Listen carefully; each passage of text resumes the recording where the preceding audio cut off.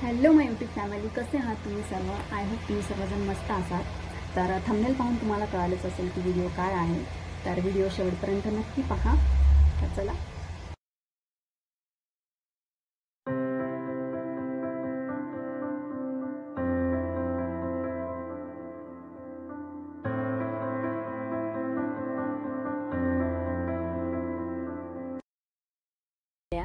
काढल्या सर्व भाज्या आणि पाहते तर काय दिसतात सर्व ताज्या ताज्या.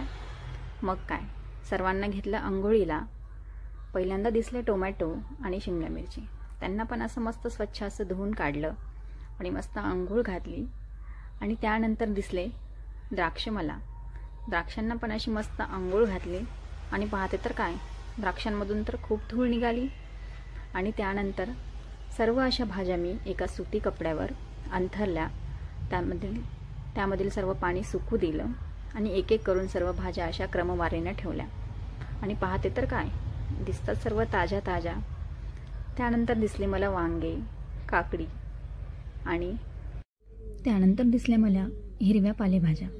त्यांना पण ठेवलं मी निसून. आणि नसतं ठेवलं तर बसल्या असतं रुसून.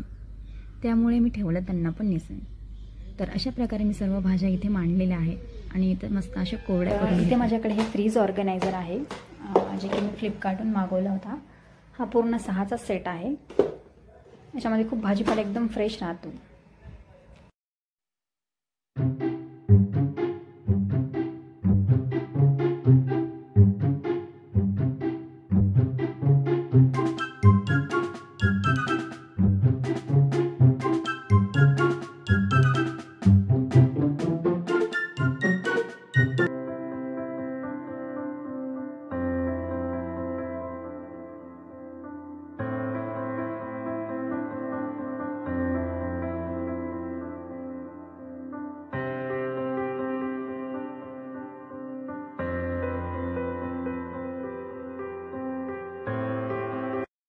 तर या खालच्या बॉक्समध्ये मी ठेवले आहेत टोमॅटो आणि फ्रूट्स.